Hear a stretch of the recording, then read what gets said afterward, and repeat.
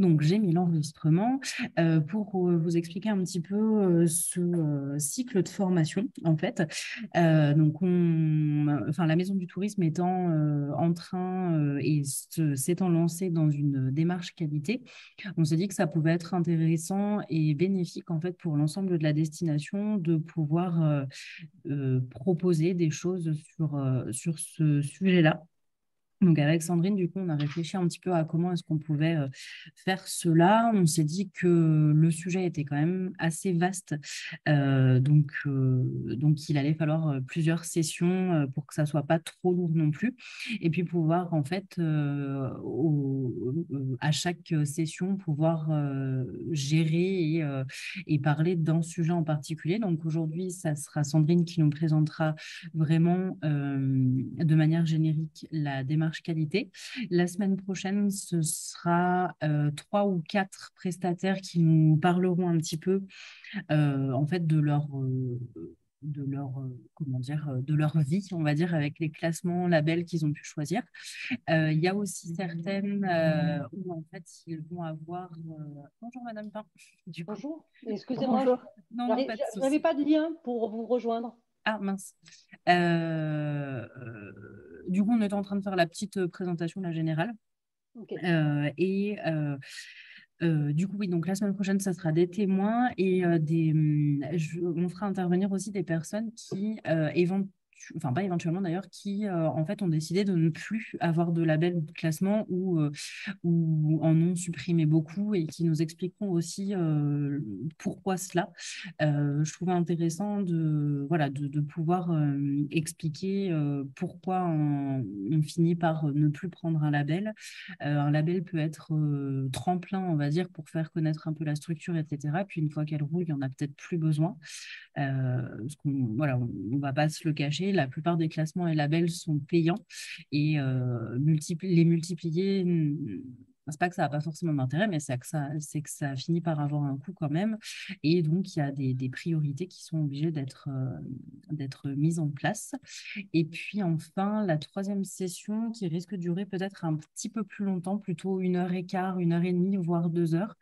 Parce que là, on sera sur de la présentation par les techniciennes qui s'occupent de Valeur Parc, donc Mélène Caché-Gaujard, qui est ma collègue au parc. Madame, oh, j'en ai perdu son nom. Mince. Flûte. Quelque chose. Michel Pourchet, pardon, de Natitude et Madame Belbossan du label Clé Verte. On les a axés quand même assez développement durable, mais c'est pas forcément, on va dire, une fin en soi, hein. Des labels plus classiques comme Gîtes de France, qui est pour le coup celui qui parle peut-être le plus, va avoir intégré quand même quelques critères autour du développement durable aussi. Mais voilà, après, on était plus sur des labels ou classements qui sont très ancrés développement durable. Donc voilà, je vais laisser maintenant la parole à Sandrine. Alors, c'est parti. Donc déjà, j'ai noté la démarche qualité, mais on peut peut-être parler plutôt de démarche qualité au pluriel, parce qu'en fait, il en existe beaucoup et de plus en plus. Leur point commun, c'est qu'à chaque fois, on se lance dans une dynamique de progression, c'est-à-dire que la démarche qualité, ce n'est pas quelque chose qui est figé, c'est quelque chose qui est en mouvement et qui permet de progresser, d'évoluer avec sa stratégie. Donc, j'ai choisi de découper cette présentation en 6 points. D'abord, je vais vous présenter les principes généraux. Ensuite, se poser les questions de la finalité, puisque il ne faut surtout pas le faire au hasard. Ça peut quand même, il y a quand même une charge de travail pardon, qui est liée à l'engagement dans une démarche qualité. Donc, bien être stratégique et bien connaître sa finalité. Ensuite, je vais vous faire une petite schématisation des différents signes de qualité, puisque les manières d'être audité ou les critères sont différents. On va faire un petit focus, enfin ce sera Mégane qui le fera, sur justement des démarches durables, puisqu'il y a un outil qui a été mis en place et qui permet pour les prestataires de vraiment bien pouvoir se situer parmi les différentes démarches qui existent et de choisir une démarche qui lui correspond. Et puis, pour être un petit peu plus dans le concret, Je vais vous présenter de manière synthétique Qualité Tourisme, puisque c'est la marque que l'Office de tourisme vise, et le classement catégorie 1, puisque c'est le deuxième signe de qualité qui est visé par l'Office de tourisme, et que ces deux démarches qualité sont sur des manières d'être auditées différentes, elles ont des critères différents. Donc, ça vous permet de manière succincte de voir déjà deux petits échantillons et deux approches un petit peu différentes. Sachant aussi que Qualité Tourisme, c'est une marque qui se décline pour une quinzaine de filières. Donc, il y a un référentiel spécifique aux offices de tourisme, mais vos activités peuvent aussi se retrouver dans cette marque-là. Donc, pour commencer sur les définitions et principes généraux, alors je pars des basiques puisque je ne connaissais pas votre niveau à tous par rapport aux démarches qualité. Déjà, la première chose, c'est que c'est vraiment un mode de fonctionnement. Donc, c'est pour moi quelque chose qui est extrêmement important. Une structure ne peut pas s'engager dans une démarche qualité en l'abordant comme un dossier annexe ou un dossier supplémentaire. C'est vraiment une approche, c'est une méthode de travail, c'est un guide. C'est vraiment une manière d'approcher l'organisation de sa structure. Donc, voilà, il faut l'avoir en tête vraiment avant de se lancer. Donc, c'est un guide, c'est-à-dire que c'est un outil qui aide, qui accompagne, et c'est quelque chose qui se fait pas à pas. Donc, l'image de l'escalier, c'est ce qui revient le plus en démarche qualité, parce qu'en fait, il y a un élément central dans une démarche qualité, dans l'animation d'une démarche qualité, c'est d'être réaliste. Donc, être réaliste, ça veut dire se fixer des objectifs à court ou moyen terme qu'on peut mettre en application et qu'on valide avant de passer à l'étape d'après. Donc, voilà, c'est vraiment le côté progressif, mais continu de la démarche. Donc, les démarches qualité sont issues de l'industrie. Donc, parfois, elles souffrent un petit peu d'une image assez rigide, puisqu'à l'origine, c'était pour standardiser, par exemple, la fabrication de pièces. Donc, on était dans des choses qui étaient très normées, qui étaient très strictes, avec des cahiers des charges très lourds, beaucoup de procédures administratives. Et aujourd'hui, elle a été déclinée pour les services, et même au sein des services, ça fait déjà plus d'une dizaine d'années, même à peu près 14 ans. Donc, toutes les démarches qualité ont beaucoup évolué et on tend vers un allègement de tous ces systèmes documentaires. Ceux qui ont approché un petit peu les démarches qualité il y a quelques années sont souvent surpris parce qu'on est vraiment dans une approche qui est plus personnalisée qu'avant par rapport à chaque structure et qui est allégée d'un point de vue documentaire. Donc, c'est une approche qui est personnalisée, elle est guidée. Donc, souvent, les premières questions qu'on se pose, ça va être quelle démarche je vais choisir, puisqu'il y en a un nombre assez important et au premier regard, on ne distingue pas forcément leurs nuances. Donc, pour moi, on choisit une démarche qualité en fonction de l'objet de son activité, de sa stratégie, de là où on en est dans le développement de son activité, de ses moyens aussi, parce que ça a un coût, soit pour les audits, certains sont gratuits, d'autres sont payants, soit parce qu'il va falloir mettre en place des actions qui vont avoir des coûts soit humains, soit matériels. Et donc aussi, bien sûr, de son ambition, évidemment. Et en termes de méthode, on est sur une méthode dite agile parce qu'en fait, on doit travailler à une multitude de critères. Alors là, c'est très variable aussi en fonction des démarches, conjointement, mais évidemment, ce serait irréaliste de penser qu'on peut tous les travailler en même temps. Donc, du coup, on travaille dans une méthode qui est dite donc, agile et circulaire. On planifie des choses. Ensuite, on met en place des actions. On fait des actions de suivi pour contrôler, vérifier notre état d'avancement. Et on redécline la prochaine étape d'avancement et on check comme ça. Et on fait ça de manière cyclique. Donc, voilà pour le principe. Ce qui est aussi moins stressant parce qu'en fait, on y va marche après marche. Donc, pour quelle finalité? Donc, pour moi, c'est vraiment chacun son objectif. Et même au travers d'une même marque, on n'est pas obligé d'aller tous chercher exactement les mêmes choses. Donc là, j'ai mis un petit peu les finalités qu'on retrouve de manière globalement transverse à la majorité des démarches qualité.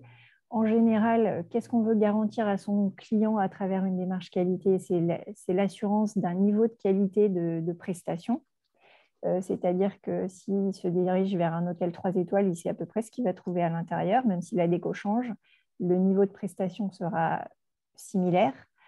une aide à la décision lors de l'acte d'achat, puisque c'est souvent quelque chose qui est très rassurant de savoir qu'on est clé verte ou qu'on est autre chose, une attitude, ou qu'on est pavillon bleu. Voilà, ça donne un standard qui fait qu'on est rassuré, on sait à quoi s'attendre. Et on a la garantie d'une écoute client. Ça, c'est aussi repris dans la majorité des démarches qualité. L'idée, c'est vraiment la satisfaction du client en premier lieu. Donc, ça veut dire qu'on met en place un système d'écoute. On tient compte pour la progression des retours des clients.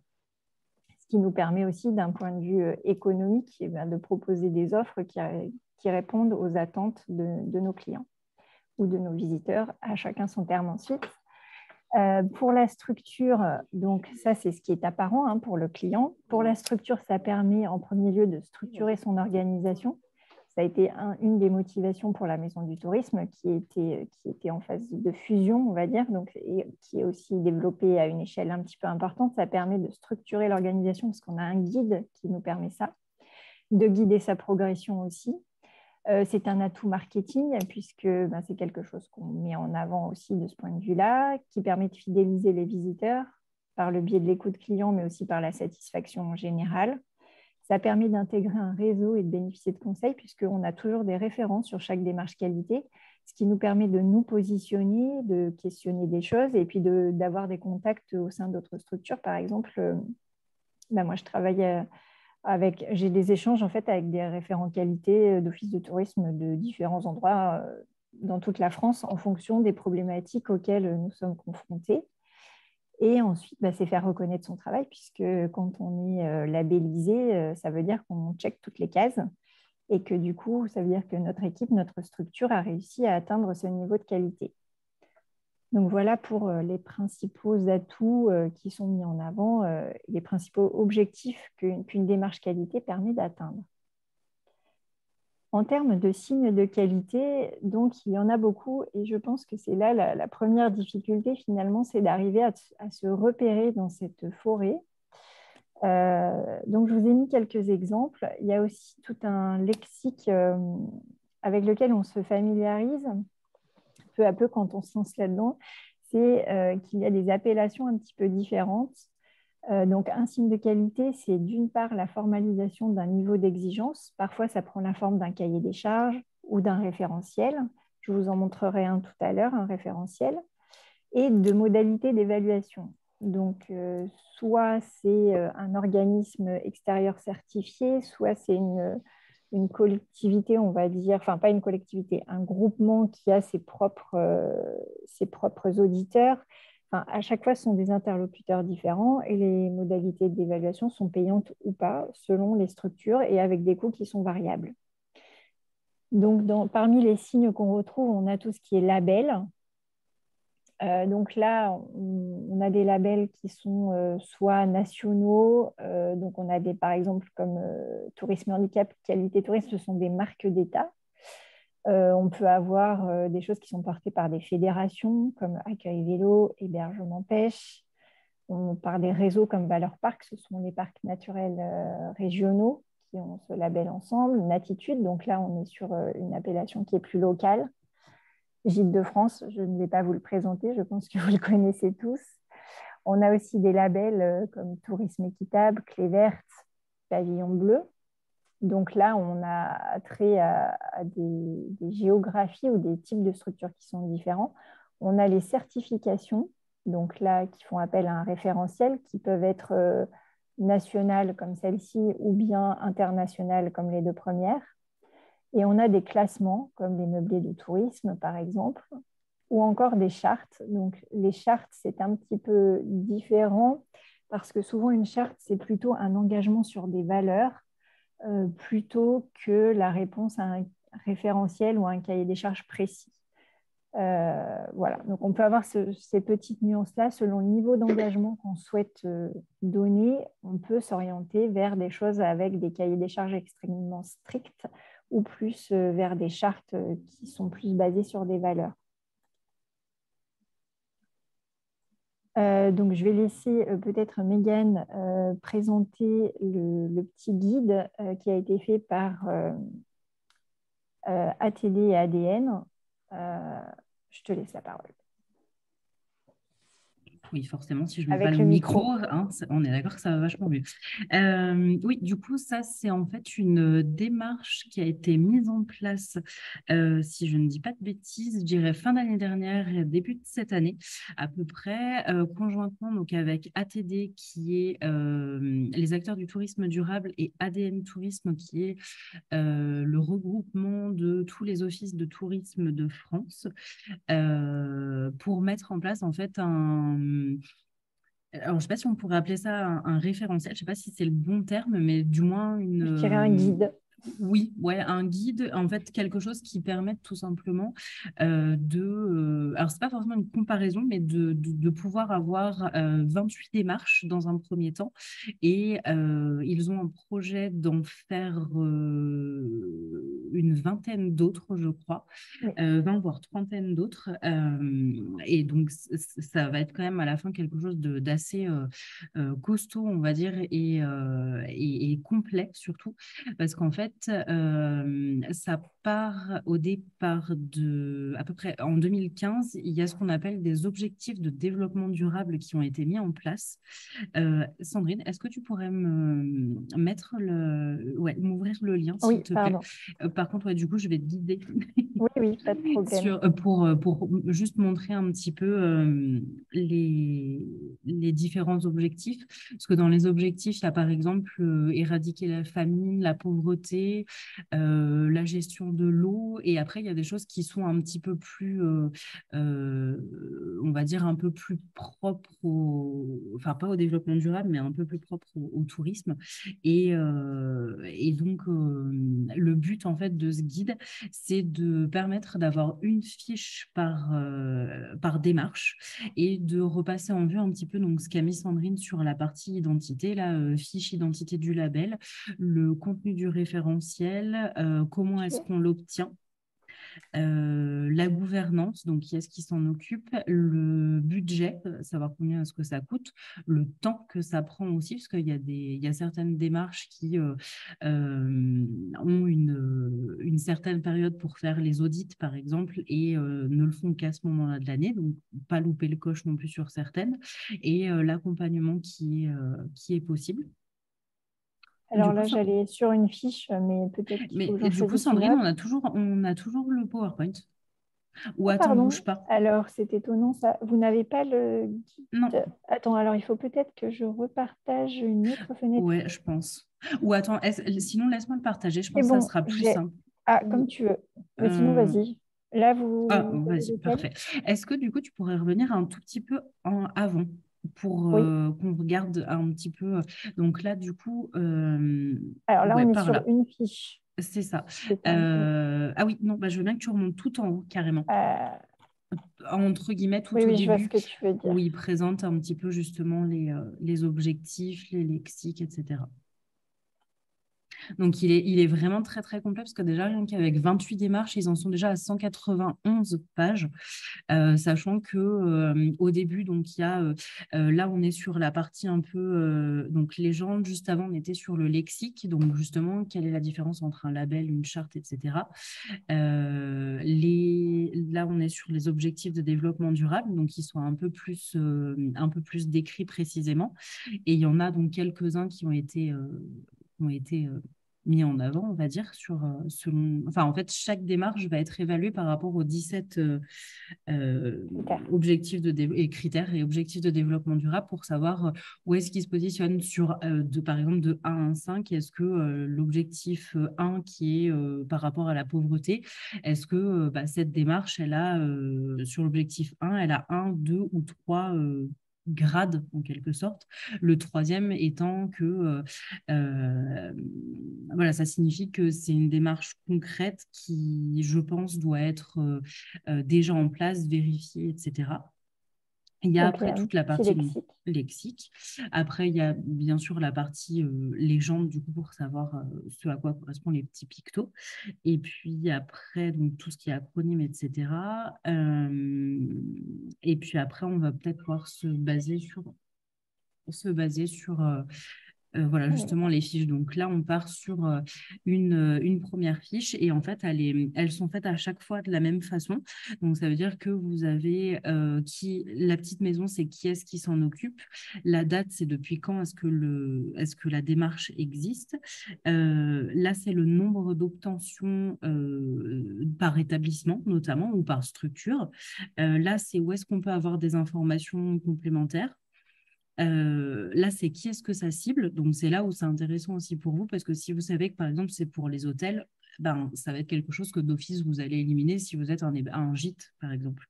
Où est-ce que ça s'applique? La note, du coup, ça, je crois que c'est par rapport aux objectifs. Et puis là, c'est pareil, c'est pour avoir des informations complémentaires. Après, on a le référentiel, donc les indicateurs les plus importants et sur lesquels ils vont le plus se baser. Ensuite, tout ce qui est organisation de la structure, donc il n'y a pas de formation, enfin, de formation nécessaire. Il faut qu'il y ait au moins un équivalent temps plein sur 3 jours. La démarche dure entre 3 et 6 mois et le label ou la démarche du moins est valable pour 5 ans. Les prérequis, donc voir si non, je dirais pas la plupart d'ailleurs, mais il peut y en avoir aucun comme il peut y en avoir. Comment candidater? Les modalités de contrôle aussi, si c'est un audit, s'il y a un audit blanc, si c'est un audit, si c'est une simple visite, si je ne sais pas si l'audit peut être, entre guillemets, rédhibitoire si vous n'êtes pas du tout dans les critères. Peut-être comment améliorer certains points qui pourraient être considérés comme un peu moins bons, enfin, sur certains critères qui pourraient être moins bons. Le budget aussi. Et puis la gouvernance, donc c'est-à-dire qui est-ce qui s'en occupe et comment avoir, enfin comment est-ce qu'il s'organise. Et puis l'accompagnement, donc s'il y a des personnes référentes, peut-être par département ou choses comme ça. Et en fait, ça, on l'a pour les 28 démarches qui ont été. Pardon, oui, j'oubliais. Il y a les 17 objectifs du développement durable où, du coup, à chaque fois, ils vont être classifiés. Et là, la synthèse, du coup, dont je vous parlais, c'est-à-dire euh, le numéro 1 qui est, je ne vois pas, si, le jaune tout en haut à gauche. Du coup, l'objectif par rapport à la lutte contre la pauvreté, là, on voit il a trois crans, on va dire, et donc il est au plus haut. Ça veut dire que il y a déjà quelque chose de concret enfin, rentrer dans cette démarche vous permet d'agir concrètement pour l'amélioration de cet objectif, enfin, ou pour aller dans le sens de cet objectif. Et après, je crois que c'est tout. Voilà. Et en fait, il Oui, y a un petit ça commentaire. voilà. Et après, il y a ça en fait pour les 27 autres démarches. Donc, du coup, c'est quand même plutôt très, très pratique parce que ça vous permet en un coup d'œil, pour le coup, dès le début, de savoir à qui est-ce que ça s'adresse, combien de temps il faut et le budget, par exemple, qui sont, je pense, à minima les trois critères, on va dire, qui sont les plus importants pour savoir si, et bien sûr, après, l'essence même de la démarche, mais voilà, savoir à qui est-ce que ça répond, le budget, je pense que c'est deux critères qui sont les plus basiques, on va dire, pour potentiellement poursuivre sur cette démarche. Voilà. Merci. Alors, il faut que je repartage mon écran.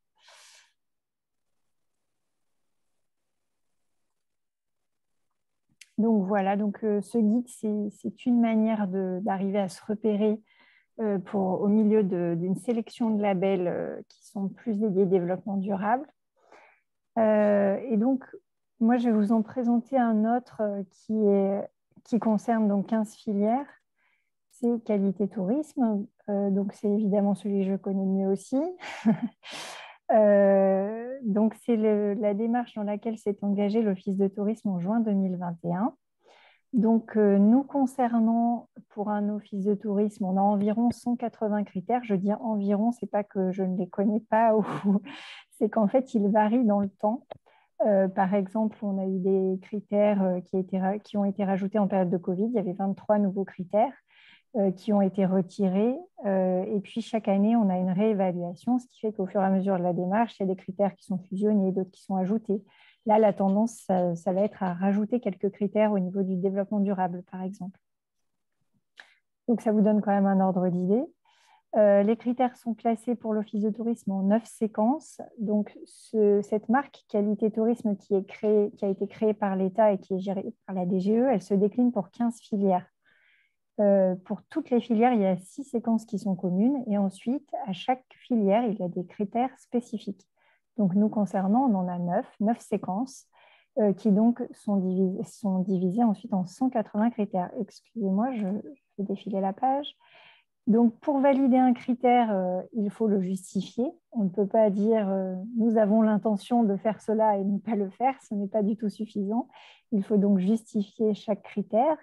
Pour qualité tourisme, on a 2 modalités d'évaluation. Donc, on est audité en 2 temps par une visite mystère.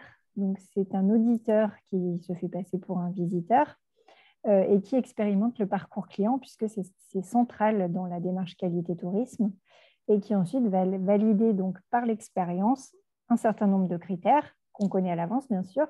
Et il y a une deuxième partie qu'on appelle l'audit complet qui est fait de manière administrative. Donc là, c'est un auditeur qui vient en dévoiler, selon les termes employés, et qui va venir expérimenter les bureaux et aussi discuter en termes de coulisses, on va dire, sur toute l'organisation, la structuration interne pour vérifier le reste des critères.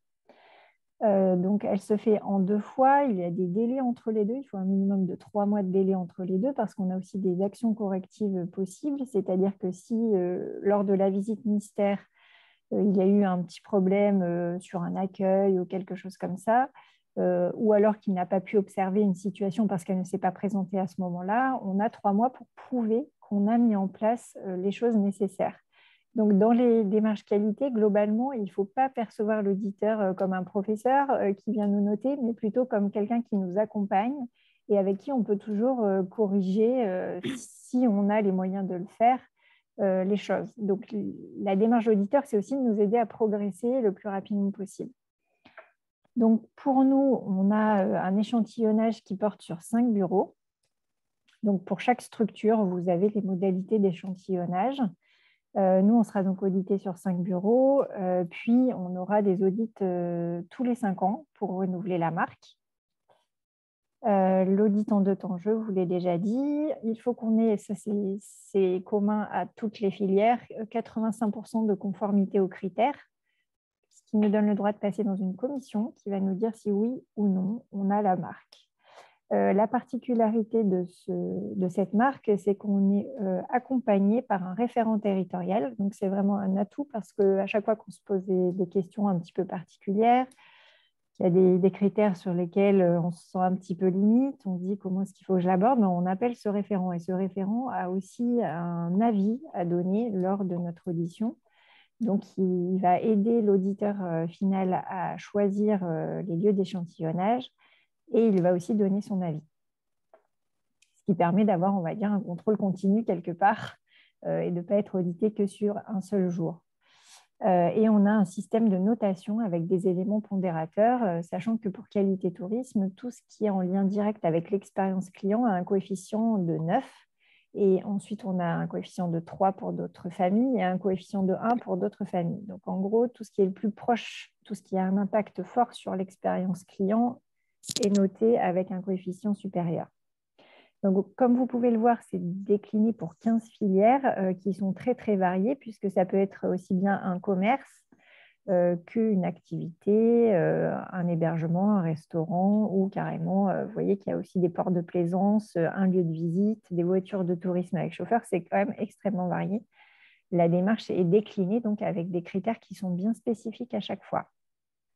Par contre, il y a un engagement qui est commun, c'est celui vis-à-vis du visiteur, du client. C'est que donc, quelle que soit la filière qui est expérimentée, on s'engage à prendre en compte l'avis des clients, à avoir un accueil chaleureux, un personnel attentif, à maîtriser des langues étrangères. Alors là aussi, ce sont des choses qui s'argumentent en fonction des stratégies. C'est-à-dire que dans le référentiel qualité tourisme, on demande la pratique de 2 langues étrangères Mais vu que nous sommes dans une destination où il y a assez peu d'étrangers, l'auditeur entend qu'on puisse favoriser l'anglais, par exemple, puisque ça ne répond pas à une utilité, à un besoin quotidien fort de répondre en langue étrangère. Des prestations qui sont personnalisées à chaque fois, des informations claires et précises, une propreté et un confort, et la découverte d'une destination, bien entendu. Donc, je vais vous montrer le référentiel pour vous donner une idée un petit peu de à quoi ça ressemble. Alors là, je vous mets le document qui est en fait un document officiel. Moi, je l'ai ensuite traduit en tableau Excel pour pouvoir travailler avec l'équipe et pour pouvoir assurer le suivi. Et ben du coup, on ne l'a pas. Ah, Parce que pardon, ça je fait comme vais tout à l'heure. repartager. Excusez-moi, je n'ai pas encore ce réflexe-là. Donc, voilà ce document. Est-ce que vous le voyez? Oui. Oui. Oui. Donc, en fait, il se décline en séquences, comme je vous l'ai expliqué. Donc, on a une séquence promotion-communication, avec ensuite des critères qui sont extrêmement précis. Et en dessous, donc, on a le critère, la présentation du site internet est soignée, attractive et ergonomique. L'auditeur va donc noter très satisfaisant, satisfaisant, insatisfaisant ou très satisfaisant, très insatisfaisant, pardon. Et ensuite, on a toujours des petites modalités d'audit qui sont expliquées sous chaque critère. Ce qui permet, en fait, quand on travaille sur l'animation de la qualité, de vraiment savoir avec précision comment chaque critère sera évalué et de s'y préparer au mieux. Et lorsqu'on a une structure où on doit manager des gens, de pouvoir préparer son équipe. Donc voilà, nous, on a nos 180 critères qui se déclinent de cette manière-là. Et il peut y avoir des critères qui vont être, par exemple, du type loté, c'est par l'accueil téléphonique de l'accueil physique en période d'affluence, ce qui induit des questions matérielles, de management, etc., où on va avoir des critères sur la boutique, par exemple, d'avoir une obligation de pouvoir faire un paquet cadeau. Donc, un critère n'induit pas du tout la même charge de travail. Donc, en termes de difficulté, il ne faut pas être freiné par un nombre de critères qui seraient importants, mais plutôt aller jeter un œil dans le détail des critères pour bien comprendre par rapport à où vous situez, quelle va être la marche à assurer en fait. Donc voilà pour ce petit document. Je ne sais pas si vous voulez que je vous le montre un peu plus en détail ou sur le principe c'est suffisant. Donc je reviens à mon premier partage. Du coup, pendant que tu es en train de faire ta manip, Madame Duché demandait qui était le référent territorial. Oui, alors pour Qualité Tourisme, c'est Céline Coudouel qui est aussi chargée, donc elle travaille à Auvergne Tourisme, Auvergne-Rhône-Alpes Tourisme, pardon, et elle est aussi chargée du label qui est en charge du handicap, dont le nom m'échappe à cet instant, que je retrouverai juste au-dessus. Tourisme et handicap. Tourisme et handicap, voilà, c'était très simple. Donc Céline Coudouel, et je suis aussi en lien avec Céline G, qui est la référente nationale à ADN. Et donc en fait, on travaille pour les questions, on va dire, du quotidien, beaucoup avec Céline Coudouel. Et ensuite, quand j'ai des choses qui sont un peu plus techniques, on fait des réunions à 3 pour qu'elles me donnent chacune leur avis, en fait. En termes de calendrier, donc en fait, je vous donne le calendrier de la structure, c'est pour vous montrer deux choses. Donc nous, on est parti de juin à septembre 21. Donc en fait, on commence toujours une démarche qualité en faisant un état des lieux, une photographie réaliste. Donc là, il faut être ni trop gentil ni trop dur avec soi-même, mais surtout réaliste pour bien évaluer la charge de travail que ça va induire ou les éventuels investissements.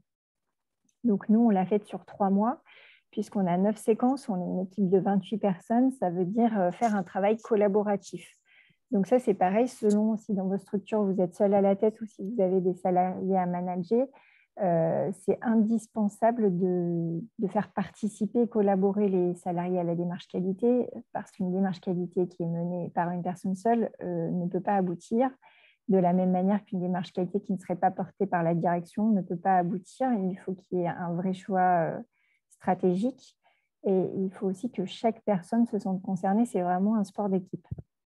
Puisque au niveau de l'audit final, de toute façon, une grande partie est évaluée sur le ressenti client. Et c'est le résultat du travail d'équipe, en fait. Donc, nous, on a commencé par faire un état des lieux que j'ai donc fait en prenant des rendez-vous avec chacun des collaborateurs de la Maison du Tourisme sur les dossiers sur lesquels ils travaillaient qui étaient concernés par la démarche qualité. On a fait un point, critère par critère, tranquillement, pour évaluer chaque chose et proposer à chaque fois des actions qui nous semblaient réalistes au regard de nos moyens et des délais qu'on s'était fixés. Donc, nous, on a dû allonger ces délais, puisque donc, on a établi un plan d'action entre septembre et décembre. On a bien sûr commencé, là, je vous l'ai mis case par case, mais en fait, tout se superpose. Quand on fait l'état des lieux, on commence déjà à travailler sur des petits critères qu'on sait faciles à mettre en œuvre, et puis ceux qui nécessitent des votes, des validations ou des recherches de financement pour vous, et bien forcément, on les travaille différemment dans le temps. Donc, il faut arriver à jongler comme ça, toujours avec cette vision globale et à savoir prioriser dans la durée les investissements, avoir une vision. Ensuite, nous, on a mis en place pendant plusieurs mois des actions correctives au regard de notre plan d'action, puis on a refait une étape de suivi. Donc, en fait, toute démarche qualité, elle se jalonne de cette manière-là.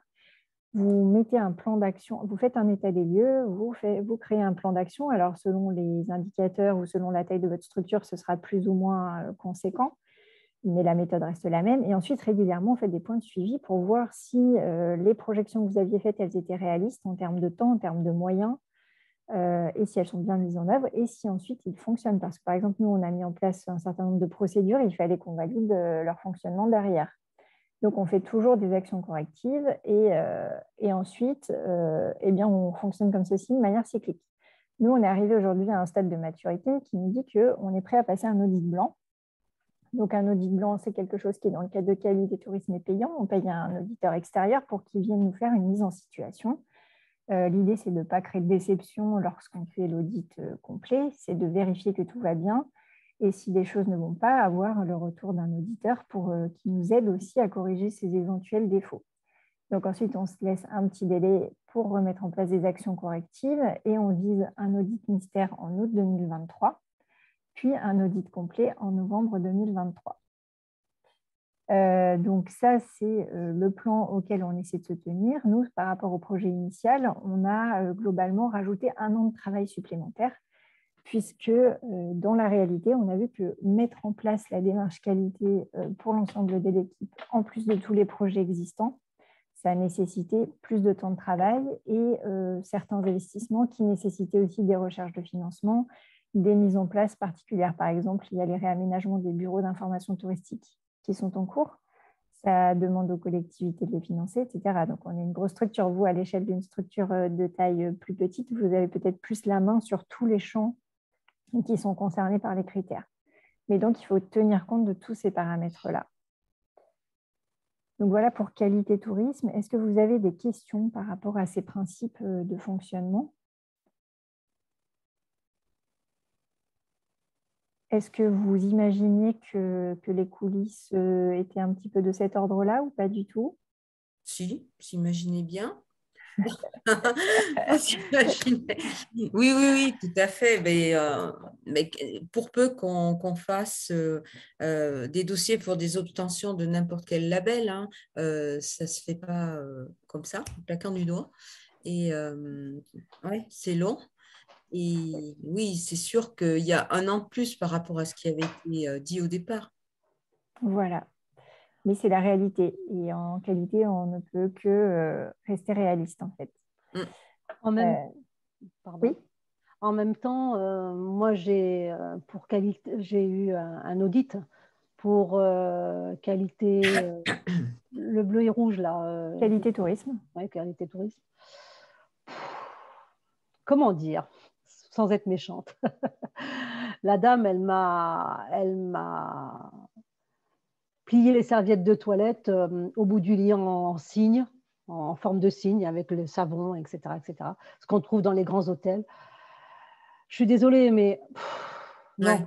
Surtout qu'en plus, les serviettes de toilette qui sont pliées comme ça veut dire que les gens, ils vont les prendre, ils vont les balancer sur leur chaise. Et moi, mes serviettes de toilette sont pliées par tas. Les gens prennent ce qu'ils veulent. Et ce qu'ils n'ont pas touché, je ne les relave pas. Tandis que là, vous êtes obligé de tout relaver parce que tout est déplié. Donc, au niveau, on ne s'y retrouve pas. Au niveau on parle de tourisme durable, d'économie d'eau, d'économie d'électricité. Et là, non, ça ne le fait pas, quoi. Après, elle a titillé pour mes porte-manteaux. C'était à la fin de l'été. J'avais eu des mariages. Donc, les gens arrivent avec leurs vêtements sur leurs porte-manteaux. Et dans l'armoire, il y avait mes porte-manteaux en bois, plus 2 ou 3 porte-manteaux en plastique qui venaient d'autre part que je n'ai pas eu le temps d'enlever ou que je n'ai pas pensé à enlever parce que pour moi, ce n'était pas un critère de. Et ben voilà, elle a titillé pour des choses comme ça. Donc je trouve que ça me fait doucement rigoler, quoi. Vous voyez ce que je veux En dire? fait, oui, mais complètement, mais après, je pense que c'est vraiment aussi à anticiper dans le choix du label, à vraiment aller voir tout de suite les critères. Et si certains n'ont pas de sens pour vous, peut-être privilégier une autre démarche. Si vous êtes plus sensible justement au développement durable, peut-être aller dans une démarche qui va vraiment vous coller à la peau, quoi, si je peux dire. Ouais. Et, Non, vous avez raison, hein. Vous avez raison, parce que là, ça m'a vraiment. J'étais à la fin de la journée, les 3 ou 4 critères qu'elle m'a. et puis aussi, oui, ça peut être décourageant en fait, parce que vous allez mettre votre énergie sur des choses qui vous paraissent prioritaires, Bien sûr. et les remarques vont être sur les détails. Après, il faut voir si en termes global, sur le nombre de critères, est-ce que c'est quelque chose qui a impacté Non, mais voilà. j'ai trouvé ça ridicule. Oui, alors Voilà. nous, on a assez peu de critères, mais c'est vrai que sur certains référentiels, il peut y avoir des critères qui paraissent décalés. Vous pouvez aussi peut-être en faire part à la référente régionale, normalement, qui fait remonter une fois par an les éventuelles modifications à apporter. Mais de plus en plus, on s'aperçoit, alors ça prend du temps, mais que les démarches qualité s'éloignent de certains critères qui sont trop rigides et qui n'ont pas de sens pour se rapprocher de la stratégie et vraiment coller à l'esprit, on va dire, de la structure. Mais oui, ça peut arriver. Mm. Et du coup, vous avez choisi de poursuivre avec cette marque ou oui, mais alors, oui, mais ça fait je ne sais plus combien d'années. Ils m'ont dit cette année, c'est fini, vous ne l'avez plus parce que vous n'avez pas Oui, il faut renouveler tous les 5 ans. Voilà, donc je n'ai pas renouvelé parce que je suis avec Natitude maintenant depuis le début de l'aventure de Natitude.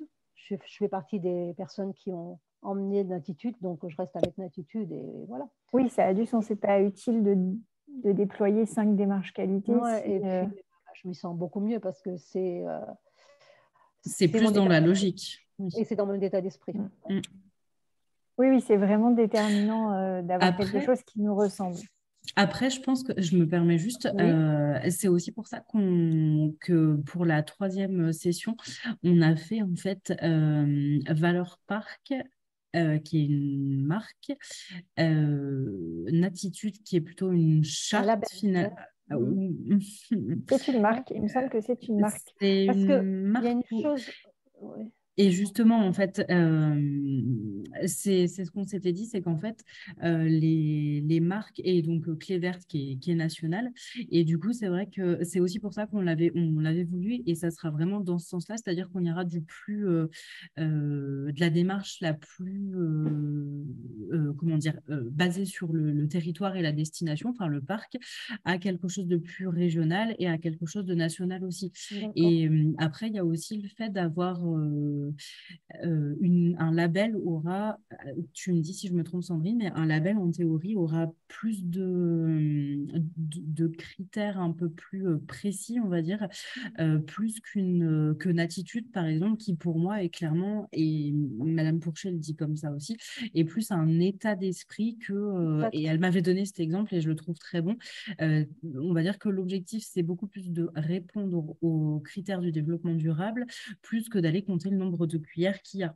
Et Exactement. ça va justement avec ce que vous disiez aussi Mm. par rapport aux serviettes, etc., où il n'y a pas forcément en effet besoin qu'elles soient présentées en signe. L'important, c'est que la serviette soit là, qu'elle soit propre, qu'elle soit lavée avec des produits respectueux, etc., Exactement. etc. Ouais. Et Exactement. je pense qu'il y a ça aussi, que justement, c'est aussi pour ça que c'est intéressant qu'il y ait une variété aussi entre les chartes, marques et labels, parce que je pense que le niveau d'engagement n'est pas tout à fait le même aussi. Et l'esprit, entre guillemets, et les valeurs sont peut-être pas tout à fait les... Une charte, je pense qu'il y a plus de valeurs derrière, peut-être plus qu'un label. Après, je peux me tromper parce que ça dépend Non, lesquels, mais oui, mais... oui, mais de plus en plus, en fait, les démarches qualité évoluent dans cette direction-là. Par exemple, sur les classements d'hébergement, ce sont aussi des choses qui sont en train d'évoluer parce qu'en fait, on est dans une époque qui est plus, où les choix sont plus motivés par des valeurs, enfin, en tout cas dans ce type de classement-là, que par des détails matériels. Donc, la tendance, on va dire, aujourd'hui, c'est plus d'aller dans ce sens-là.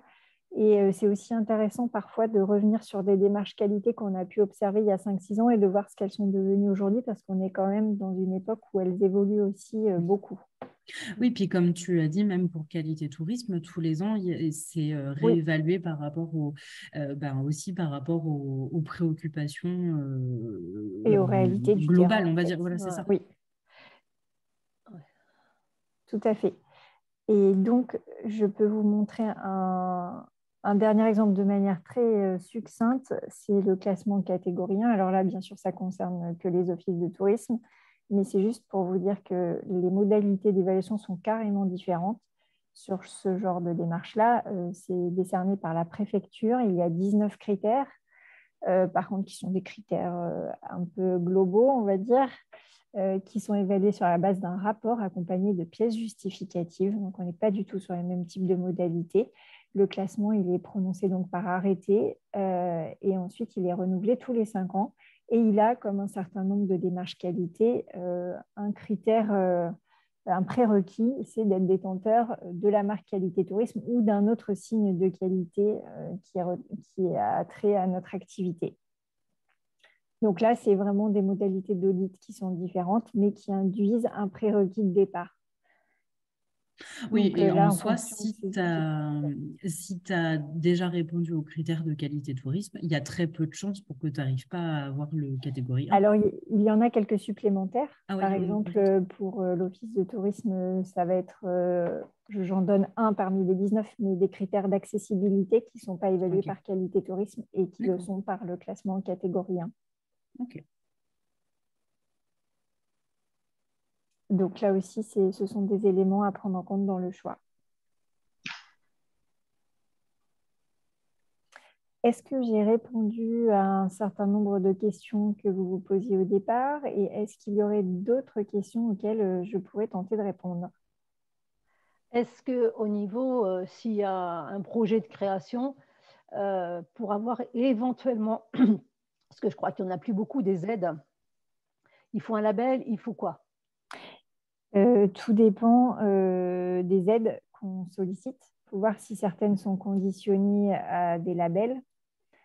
Moi, je prendrais le problème à l'envers, peut-être. Je dirais de quel type d'aide j'ai besoin. Je vais regarder les critères et ensuite, je vois Ça colle s'il est avec une conditionné. démarche. C'est pas... Tu disais, Mégane? Non, pardon, excuse-moi, vas-y, finis. Non, non, donc en fait, ça dépend du type d'aide et auprès de qui vous les sollicitez.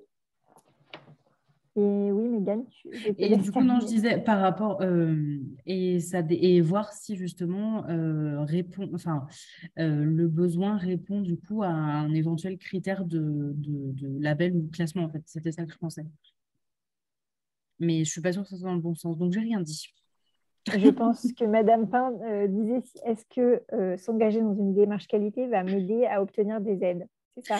Parce qu'il y a quelques années, en effet, c'était le cas, il me Voilà. semble. Mais ça Mhm. peut toujours l'être.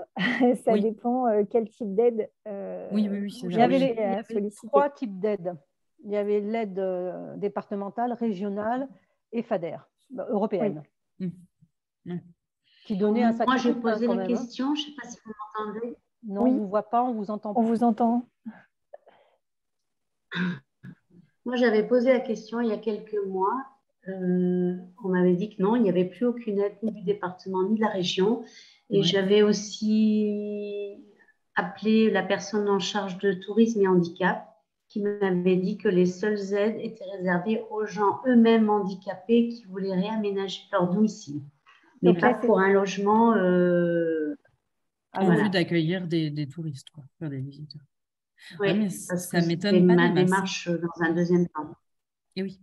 Donc vous, votre demande, c'était des aides pour l'aménagement d'un logement à vocation touristique. Alors, j'avais demandé s'il y avait des aides pour une création d'entreprise en tant que chambre d'hôte. Hein, voilà. Donc, on m'avait répondu au département et à la région que non. Et après, je m'étais renseignée par rapport à mon futur projet de gîte pour personnes à mobilité réduite. Et Ah oui. la personne m'avait dit il n'y avait plus d'aide, sauf pour les gens qui sont eux-mêmes handicapés et qui veulent réaménager leur logement principal.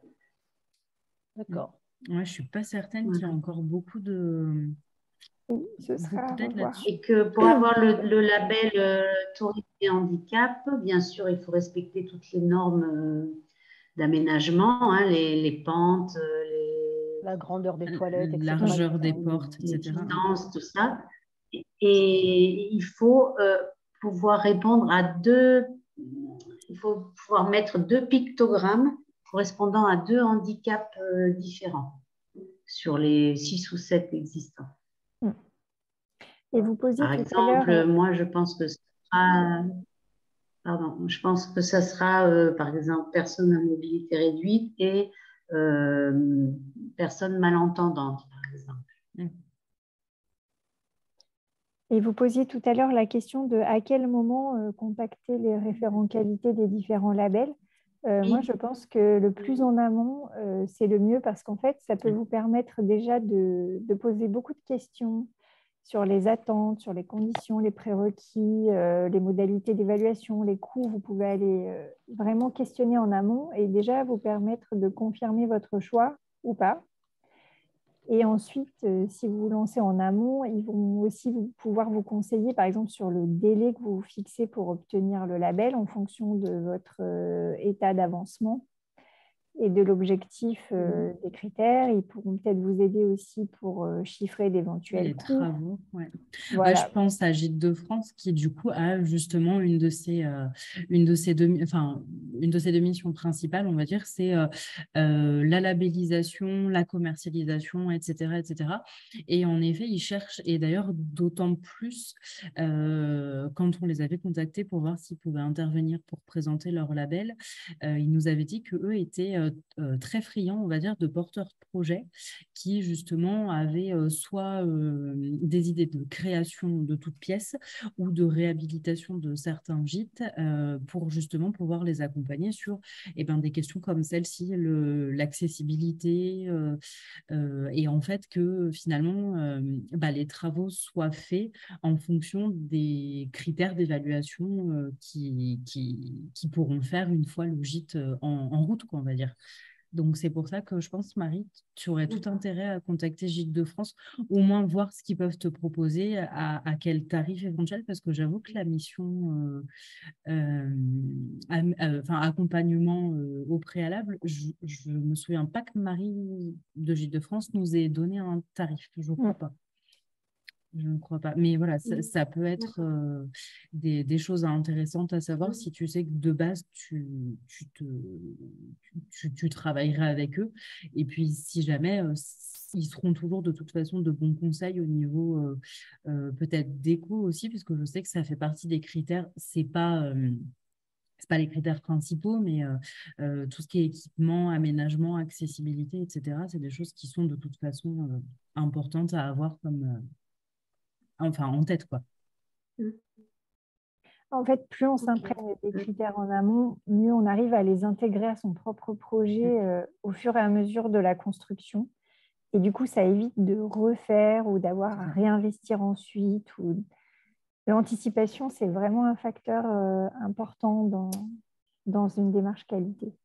Et ça permettra peut-être d'éviter d'être bloqué, on va dire, sur certains trucs, parce que si tout est quasiment bon et que, alors je vais dire n'importe quoi, mais j'ai un emplacement de machine à laver qui, je ne sais pas pourquoi j'ai cet exemple-là, alors qu'en plus je pense que c'est pas du tout rédhibitoire, mais qui pourrait ne pas aller et qui peut amener, je sais pas, d'autres travaux ou choses comme ça, alors qu'en effet, comme dit Sandrine, en anticipant et en ayant déjà l'information, ou alors sinon tu peux à minima demander peut-être leur grille de critères. Il me semble qu'ils doivent pouvoir la fournir parce qu'au départ, il y a un autodiagnostic qui est possible au début, ce qui permet toi de base de savoir déjà si tu peux te lancer sur du 3 ou du 4 épis, parce que 3 et 4 épis, c'est pas la même chose. Enfin voilà, il y a un palier bien sûr entre les deux, donc si tu peux viser entre guillemets le 4 étoiles ou même le 3, hein, c'est très bien, directement, sans avoir à repasser ou choses comme ça, c'est tout aussi bien. Ok, merci. Je vais faire ça. Est-ce que du coup, vous avez d'autres questions ou est-ce qu'on en reste là pour cette première session?